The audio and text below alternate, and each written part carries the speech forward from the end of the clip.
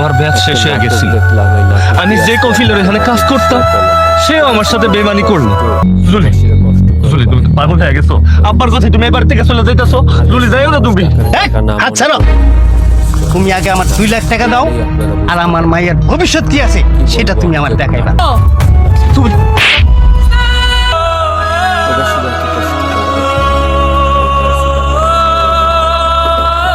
খাওয়া যান, খা।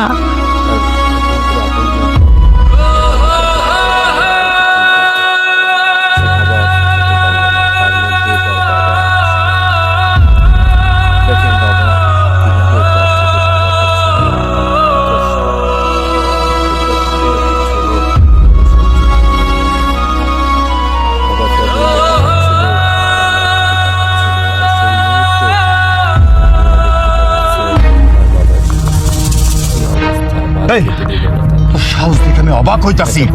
তোরে না তোর পোলারে খাওন দিতে নিষেধ করছি, তারপরে খাওন দিত। আল্লাহ দোহাইলা, তোমাকে সিনেমা মনে বলিও হইতে পারে।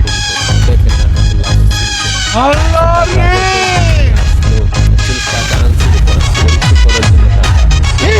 কি এত টাকা বাজার